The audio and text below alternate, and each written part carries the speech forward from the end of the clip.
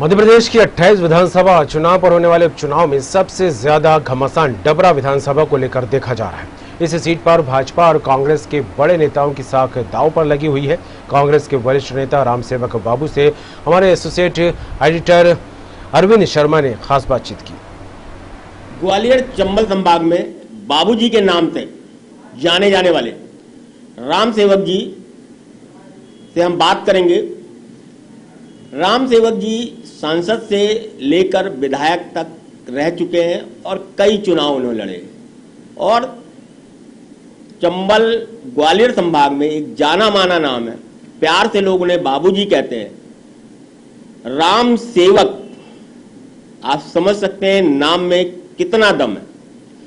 हम उनसे बात करेंगे कि यह उपचुनाव क्यों हो रहा है और उपचुनाव के जो मुद्दे हैं वो क्या है। रामसेवक जी, जिस तरीके से ये उपचुनाव हो रहा है, इसके मुद्दे क्या आप मानते हैं? क्या ये चुनाव आवश्यक था इस समय? देखिए, ये चुनाव जो है आकस्मिक चुनाव है। चुनाव होते हैं जब कोई विधायक या सांसद किसी दुर्घटना से उनके साथ दुखद घटना घट जाए, उसके बाद चुनाव होते हैं। लेकिन ये चुनाव आकस्मिक चुनाव है और ये किसी के लोभ और लालच के वजह से चुनाव हो रहे हैं। इसमें मैं जनता से और आप सभी से एक निवेदन करना चाहता हूं कि इस प्रकार अगर चुनाव हमारे देश में होते रहे तो हमारा लोकतंत्र खत्म हो जाएगा। हमारे वोट की परंपरा और वोट की कोई कीमत नहीं रहेगी। आगे चल के विधायक अगर 50 करोड़ में बिका है, सांसद 200 करोड़ में बिक जाएगा। एक 300 सांसद अगर टाटा ने या अंबानी ने खरीद लिए तो प्रधानमंत्री वही बनेगा, क्योंकि अगर 200 करोड़ में भी सांसद बिक जाएगा तो 600 करोड़ रुपए इनको क्या मायने रखते हैं, वो सरकार बना लेंगे। तो चूंकि इससे जो है हमारा संविधान खतरे में है, संविधान खत्म हो जाएगा। संविधान की रक्षा के लिए जनता को ऐसे विधायकों को सबक सिखाना चाहिए और ऐसे लोगों को चुनाव हराना चाहिए। इसके पहले जब विधायक के ऊपर दल बदल कानून एक लाया गया था तो लगता था ये दल बदल कानून कहीं ना कहीं इस तरह की व्यवस्थाओं पे अंकुश लगाएगा, मगर वो अंकुश दिखता तो नहीं है। ठीक है, हम मानते हैं कि 20 विधायक पहले चले गए, फिर एक एक करके गए। अब 6 महीने का सरकार हो गई, 6 महीने सरकार गए हो गई, इनकी सरकार है। अब यदि विधायक जाता है तो ये क्या आरोप, क्या बात करेंगे? देखिए, दल बदल विधेयक भी 84 में आदरणीय राजीव गांधी जी की केंद्र सरकार में आया था और उसका उद्देश्य ही ये था कि ये दल बदल करके जो है ये सरकारें गिरा दी जाती हैं, सरकारें बदल दी जाती हैं। उसके विरोध में ये कानून लाया गया था और उस कानून की धज्जियां उड़ाने के लिए विधायकों को पैसे दे करके खरीदा जा रहा है। 50 करोड़ रुपए विधायक 5 साल विधायक भी रह ले, मंत्री भी रह ले, तब भी ईमानदारी से नहीं कमा सकता, क्योंकि अब जो है वो इतने बिकाऊ विधायक हो गए कि जो 50 करोड़ रुपए में बिक रहे हैं। तो अब दल बदल कानून क्या, उन्होंने रिजाइन ही कर दिया। तो चूंकि दल बदल कानून तो राजीव जी केवल इसीलिए लेके आए थे कि जिससे इन पे अंकुश लगे, और अब ये लोगों ने तो इतने पैसे ले लिए कि उन्होंने रिजाइन ही कर दिया। दल बदल कहाँ रह गया। रामसेवक जी, राजनीति समाज सेवा के लिए होती है और आपके नाम के आगे भी सेवक लगता है जी। मगर आप जिस तरीके से साजिश के शिकार हुए हैं, 11 संसद जिनकी सदस्यता खत्म की गई थी, सवाल पूछने को लेकर पैसे, उसमें कहीं ना कहीं साजिश की बू दिख रही है कि आप जब टारगेट किए गए और पार्टी का भी जो सहयोग मिलना था वो आपको नहीं मिला, और जिस तरीके से चर्चा है कि आपने जो सवाल किया था वो सवाल भी आपने नहीं किया था, किसी और दस्तखत से किसी ने क्या किया वो तो जांच का विषय है और जांच अभी तक नहीं हो रही। तो आप क्या मानते हैं कि आप साजिश के शिकार हुए? देखिए, ये सीधी सीधी साजिश थी वो, और जब सवाल के लिए पैसे की बात की गई तो हमने सवाल लगाया ही नहीं, हमसे किसी से कोई बात ही नहीं। ये तो हमारा फोटो मोफ्ड करके जो है कहीं से बना बुनू के ये दिखा के और मेरे साथ ये साजिश की गई है। लेकिन मैं ये कह रहा हूं कि भगवान ऊपर वाला तो है, अगर पार्लियामेंट और कोर्ट और जो भी सुन रहे हैं, सुनने वाले हैं, कहीं दलील नहीं, कहीं अपील नहीं, कोई वकील नहीं, कुछ नहीं, किसी ने सुना नहीं, कुछ नहीं किया और हमको हमारी सदस्यता समाप्त कर दी। तो ये जो साजिश जिन लोगों ने हमारे साथ की, निश्चित तौर पे ईश्वर उनको दंड देगा। हम तो खैर उन लोगों को दंड नहीं दे पाए, 11 सांसद भी, लेकिन देगा दंड और कभी कभी न्याय मिलेगा।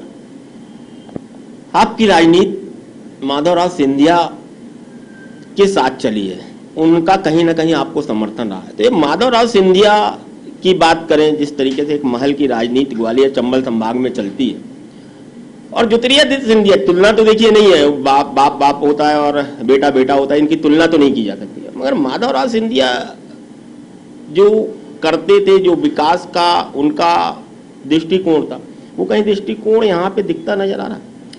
देखिए, आदरणीय माधवराव सिंधिया जी बड़े नेक इंसान जा सकती है, मगर माधवराव सिंधिया जो करते थे, जो विकास का उनका दृष्टिकोण था, वो कहीं दृष्टिकोण यहाँ पे दिखता नजर आ रहा है। देखिए, आदरणीय माधवराव सिंधिया जी बड़े नेक इंसान थे। मैंने उनके साथ राजनीति की, वो बहुत बड़े दिल के इंसान थे। उनमें कभी जो है छोटेपन की बात नहीं थी, छोटी बात वो कभी सोचते नहीं थे। कभी किसी से नाराज भी होते थे तो मुंह पे नाराज होते थे और बड़े प्यार से फिर उसको समझा भी लेते थे। मैंने इनके साथ भी राजनीति की, लेकिन मैं आज तक इनको समझ ही नहीं पाया कि ये किस प्रकार के व्यक्ति हैं। मुझे तो इनकी नीति नियत में कहीं से बहुत फर्क लगा। आपसे अंतिम सवाल हम पूछेंगे कि जिस तरीके से आप की राजनीति कांग्रेस की है और कांग्रेस का जिस तरीके से बिक रहे हैं विधायक, तो क्या भविष्य क्या मानते हैं, कांग्रेस का भविष्य कहाँ है, कुछ डगमगा रहा है? देखिए, कांग्रेस बहुत पुरानी पार्टी है और कांग्रेस का भविष्य कभी खतरे में नहीं आ सकता। ठीक है, राजनीति है, उतार चढ़ाव आते हैं, कांग्रेस अपनी जगह स्टैंड रहेगी। ये लोग जो है, ये कुछ समय का ऐसा पीरियड है जिसमें ये उतार चढ़ाव चल रहा है। ये लोग जो है कांग्रेस को डैमेज करने की कोशिश कर रहे हैं। कांग्रेस के सिद्धांत और कांग्रेस अपने देश के प्रति और अपने जनता और अपने जो है सब लोगों के प्रति वफादार है कांग्रेस। और कांग्रेस के विचार में और कांग्रेस की नीति नियति में हर वर्ग के लिए एक सोच है। भारतीय जनता पार्टी तो केवल जो है जाति, धर्म और इनके नाम पर मंदिर मुद्दा, ये वो इस प्रकार के विकास को छोड़ करके ये आदमी को भटका के जो राजनीति करने की कोशिश करते हैं। और अभी जो है इनकी जो राजनीति चल रही है वो कांग्रेस को नहीं, जनता को भटका के राजनीति चल रही है।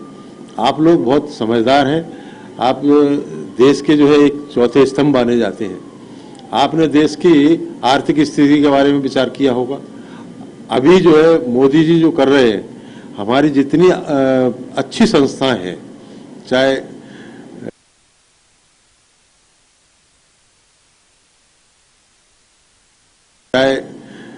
LIC हो, चाहे रेलवे हो, जो हमारे जो है जिनसे हमको BPCL हो, जिनसे हमको देश को चलाने के लिए आर्थिक मदद मिलती है, उन संस्थाओं को जो फायदे में है, उन संस्थाओं को जो प्राइवेटीकरण कर रहे हैं, उनको प्राइवेट बेच रहे हैं। तो केवल जो है जाति, धर्म और इनके नाम पर मंदिर मुद्दा, ये वो इस प्रकार के विकास को छोड़ करके ये आदमी को भटका के जो राजनीति करने की कोशिश करते हैं। और अभी जो है इनकी जो राजनीति चल रही है वो कांग्रेस को नहीं, जनता को भटका के राजनीति चल रही है। आप लोग बहुत समझदार हैं, आप देश के जो है एक चौथे स्तंभ माने जाते हैं। आपने देश की आर्थिक स्थिति के बारे में विचार किया होगा। अभी जो है मोदी जी जो कर रहे हैं, हमारी जितनी अच्छी संस्थाएं हैं, चाहे LIC हो, चाहे रेलवे हो, जो हमारे जो है जिनसे हमको BPCL हो, जिनसे हमको देश को चलाने के लिए आर्थिक मदद मिलती है, उन संस्थाओं को जो फायदे में है, उन संस्थाओं को जो प्राइवेटीकरण कर रहे हैं, उनको प्राइवेट बेच रहे हैं। आखिरकार तुम बेचते जाओगे तो हम कहाँ जाएंगे, हमारा देश कहाँ जाएगा? केवल जो है दो ही आदमी चलाएंगे, अडानी और अंबानी, इस देश को। पूरी सारी देश की संपत्ति आप उनको देना चाहते हो, तो वो राजशाही फिर लौटाना चाहते हो। इसलिए मेरा जनता से निवेदन है, और जनता को भी ये सोचना चाहिए, जनता की भी ये जिम्मेदारी है कि वो देश के हित में सोच करके भारतीय जनता पार्टी को इस देश से खदेड़े, अन्यथा हमारे देश का बहुत नुकसान होगा।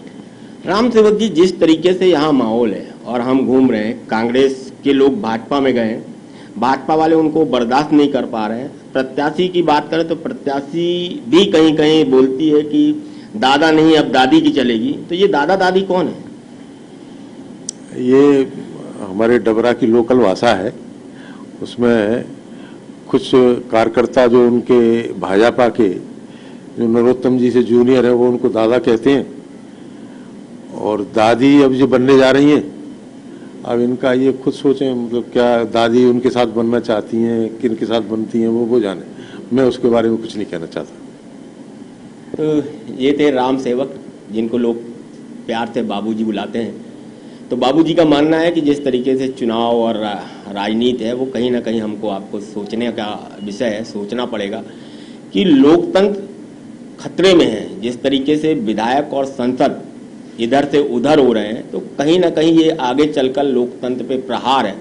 अब देखना होगा ये चुनाव क्या क्या असर होता है और चुनाव का ऊंट किस करवट बैठता है। यदि ये सबक मिला, लोग हारे तो ये सबक होगा, और लोग जीते तो ये लोकतंत्र के लिए आगे चल के निराशा का विषय होगा। आमिर के साथ अरविंद शर्मा, न्यूज वर्ल्ड,